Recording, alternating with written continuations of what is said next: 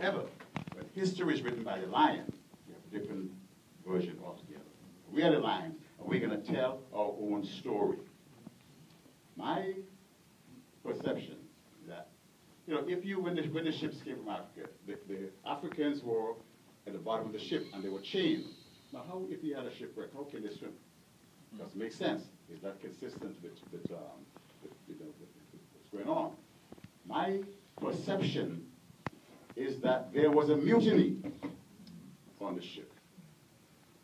Africans, or slaves, killed the crew and freed themselves, and the indigenous Indians welcomed them on citizens. That's another version. The other version is that the Caribs, who were always independent and never standing stuff, they saw the ship, and they came on the ship, killed the crew, and freed the African brothers and brought them ashore to the neighbors. And the other version, and I've said this many times, most of you have heard it, is that the